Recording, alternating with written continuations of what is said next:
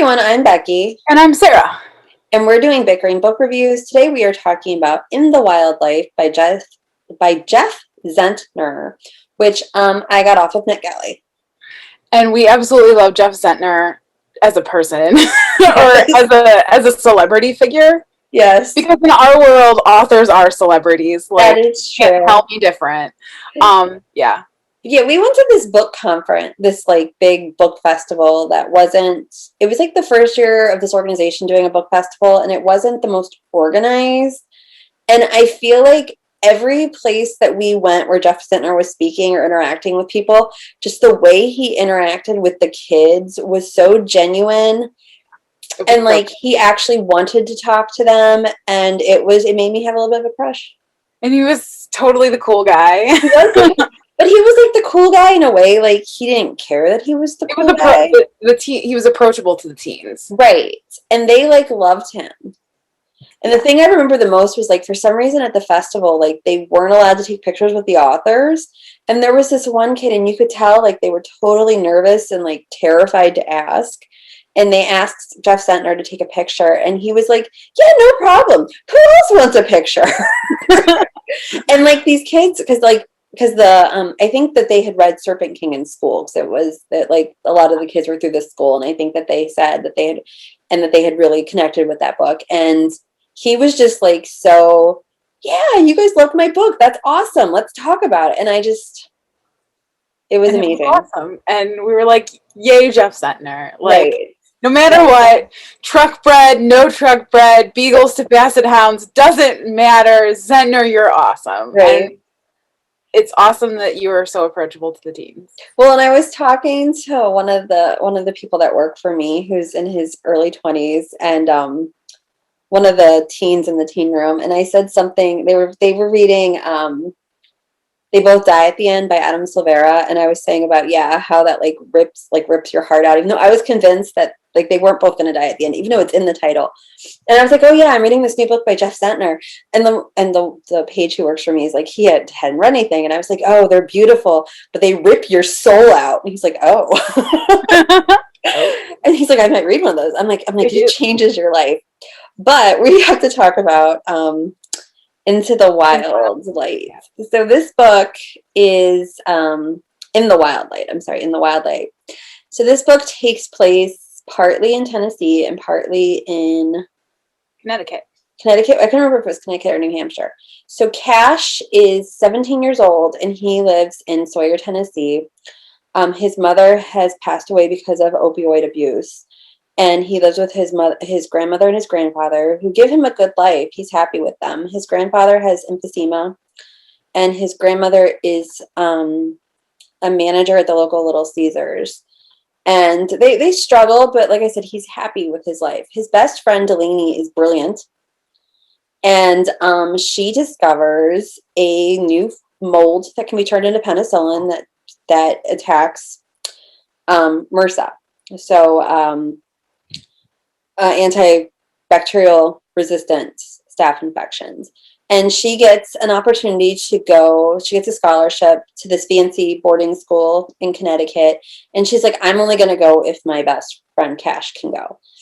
And he doesn't really want to go, but his grandparents are like, you need to take this opportunity. You need to do it. And they were both like, if we had had this opportunity, we would have gone. We would have seen the world. So Cash goes to the boarding school, and they find out that they're not juniors because the boarding school is very competitive. So they're sophomores, and he's trying to fit in, and he has a roommate that's a wealthy legacy who doesn't particularly like him. He doesn't fit into his classes, and it's just kind of like that. He makes friends with some people, and he kind of slowly starts to find a spot. And one of the things he connects to is takes this poetry class, and he loves poetry, and he connects with the instructor, who is a published poet, who is she's from Kentucky. And they just connect about that and about their similar backgrounds, and his relationship with Delaney evolves, and it goes from there. See, and as you're describing the plot, it just shows how well all of the pieces fit together. Mm-hmm. It's not a meandering summary. It all makes sense.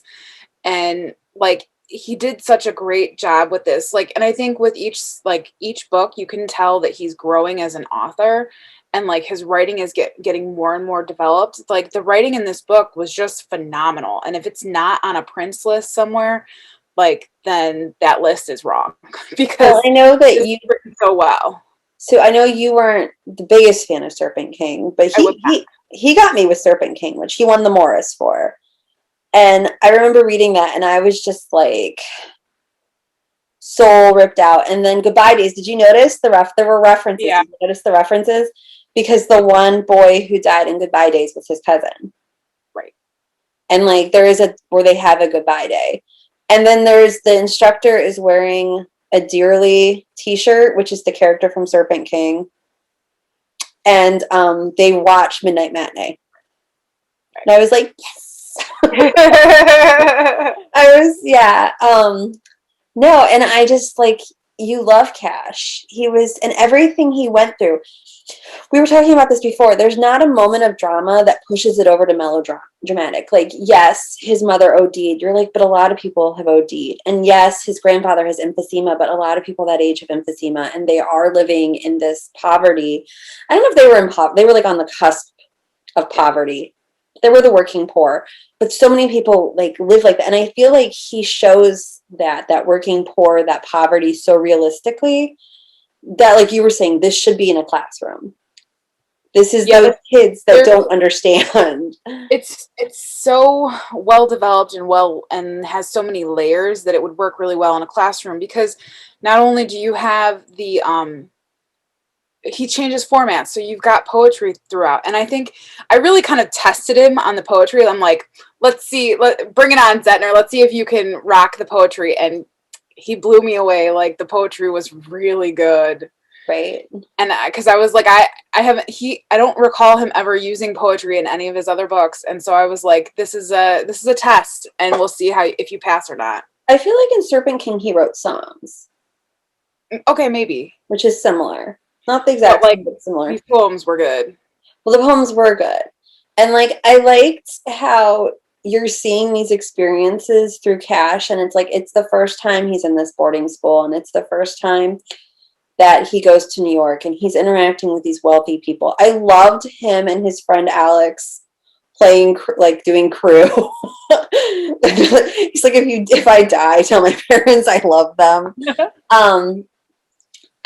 I think it was like every piece just like fit together. So it's like a puzzle that just fit together so perfectly. And I did really like the characters. I don't necessarily know if I was a big fan of the romance element of it, but that was such a small blip in the radar of the whole book that like it didn't really matter. So I liked the resolution of the romance, like where romantically where people ended up, but like there was kind of like the diverging romance that didn't happen, and that I didn't need. Yeah, I don't know. I swear there was something else I was gonna say. I don't remember it. I really loved all the characters. I thought they were well developed, and they could all stand on their own, and it feels like people that I could know in real life. Everybody had a great, like, distinct voice. Oh, the way that Zentner goes through grief, it talks about grief, like it's just so well done and so on point, and like he gets the emotions, and like you can tell he gets it. So right. I really appreciated that aspect of it. Right. Well, and it's hard because, like I was saying when I was telling the people about the books, like they are sad. Like I remember listening to Serpent King, like, and crying while I'm like driving my car with like tears, which is probably not safe. But like it's real. Like it's not like he's emotionally jerking you around. Like he leads you down this road, and when things happen, you feel things. Right. I feel like we could keep gushing, but maybe it's time to rate. Yeah, so our rating system starts off with 5 unicorns. We go down to 2 unicorns. If you don't like it, it's a horse. I'm between a 4 and a 5. I think I'm going to go with a 4 just because it wasn't complete perfection, and that's just the romance angle for me. But if I could give a half, I would. Right. Like I'm at like a 4.5. Like I don't know why it's not a 5. I think there were like one or two storylines that weren't needed. Right. But every other aspect of it, it's like on a scale of 1 to 100, it's like a 95, 96. It's just not quite to 100. And Right. so it's like so close. Right. Like I'm gonna recommend it. I'm gonna make people read it. Like I'm totally gonna make our book club read this. And it's long. It is a long book. But it's beautiful. I think, yeah. So that is where we are on Into the Wild Light. In the Wild Light. I don't know why I keep saying Into the Wild Light. In the Wild Light, and we'll see you around. Bye. Bye.